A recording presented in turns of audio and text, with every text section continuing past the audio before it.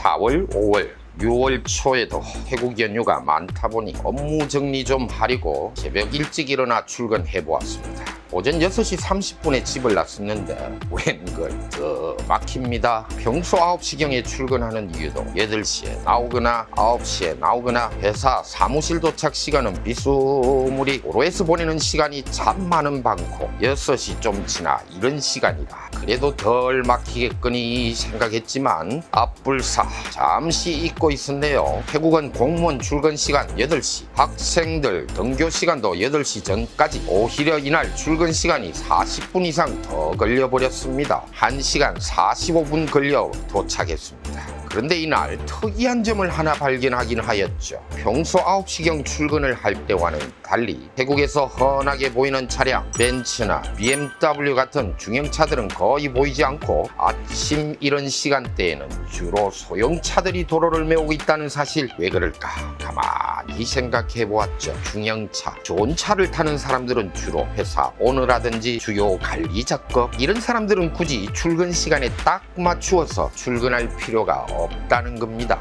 룩장이라고 말하죠. 고용인, 월급쟁이 정도의 표현인데요. 룩장들은 정해진 출근 시간에 맞추어 제 시간에 출근해야 하니까 아침 7시 전후에는 도로가 더 막히면서 타종은 주로 소형차 중심으로 도로가 메워지고 있는 겁니다. 유레카, 뜻밖의 발견이기도 합니다. 참고로 보통의 태국인들도 출근 시간 잘 준수합니다. 외국인 회사라고 늦게 출근하는 태국인들 좀 두고 보다가 계속 그러면 자르십시오. 가차없이 외국인 오너라고 우습게 생각하는 태국인이 분명하니까요. 태국인들, 동남아시아 사람들 게으르지 않습니다. 출근 시간 잘 지킵니다. 자, 여기서 태국 한마디 들어갑니다. 추엉차오 롯딘 마 아침에 차가 엄청 막힙니다 라는 표현인데요. 여기서 나오는 추엉이라는 표현을 잘 사용하면 회화체에 사용하기 참 좋습니다. 근방이라든지 지역이라든지 이런 의미로 영어로서는 around 정도에 해당하는 말인데요. 시간과 공간에 함께 사용합니다. 추엉니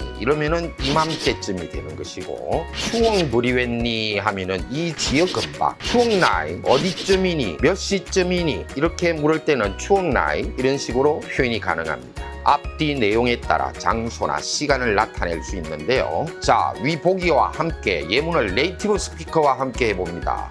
ช่วงฤดูฝนช่วง2 ทุ่มเราพบกันช่วง2 ทุ่มนะครับตอนนี้อยู่ช่วงไหนครับ 태국은 여전히 무덥습니다. 태국에서 비가 내리는 우기철, 일반적으로는 빠르면 5월 중순, 늦어도 5월 말경이면 우기철로 접어들어서 10월 정도까지 우기철이라고 보는데 올해는 참 이상합니다. 우기철은요 매일 스콜승으로 한 30분에서 1시간 정도 비가 옵니다. 그런데 올해는 그렇지가 않네요. 작년 우기철에는 몇 시간씩 비가 쏟아지기도 해서 홍수로 범람하는 지역이 많았는데 올해는 우기철에 접어들었지만 비가 그다지 내리지 않고 있는 겁니다. 비가 내리지 않으니 4, 5월부터 계속되던 무더위는 가라앉지 못하고 후덥지근 날씨는 여전하고 라이언은 비 내리는 걸 참 좋아합니다. 그런데 비도 내리지 않고 후줄근한 날씨는 계속되고 기분을 우울하게 만드는 일들은 계속 일어나고 멜랑꼬리한 날들이 지리하게 생겨나고 있네요. 정말 이날은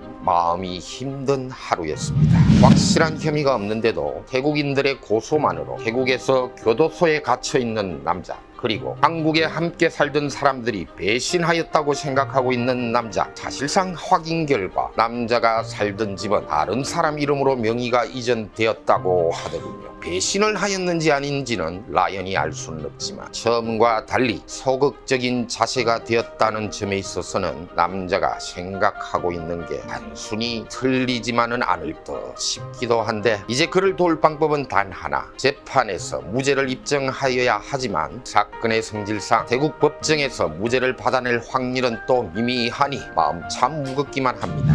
태국 여행 중 태국 여자를 만나서 좋은 관계를 맺고 있었다고 생각했던 한국 남자 전화가 왔습니다. 우직하고 순박한 마음으로 여자를 사랑하면서 늦게 만났지만 인생을 함께할 동반자라 생각하면서 여자의 가족들까지 돌보아 왔는데 뜻하지 않게 생겨난 일, 그 일에 대한 진실 유무를 확인하려는 찰나 확인을 그만두겠다는 남자의 말, 여러 고민을 한 흔적이 보이더군요. 그래서인지 왠지 슬퍼지더군요. 그 태국 여자가 이 남자의 우직한 마음을 알아주어서 거짓된 행동을 멈추고 좋은 인연을 맺어나갈 수 있기만을 바랄 수 있을 뿐입니다. 그러지 못한다면 그 여자에게는 불운이 될 것이고 남자에게는 결과적으로 서럽을 만드는 일이 될 것이지만 말입니다. 같은 날 벌어진 사건입니다. 오래전 사건으로 전화 상담을 해온 한국인들, 다음날 상담 약속 시간에 나타나지도 연락도 받지 않아 아주 무례한 사람들이라 생각하고 있던 사건이었는데요. 태국 여자들에게 세습당하고 경찰들에게 여자들에게 돈 뜯기고 다시 끌려온 전화. 두 사람 중 한 명은 자살을 했다더군요. 내가 처음부터 이 사건을 처리하였다면 생명을 끊는 일은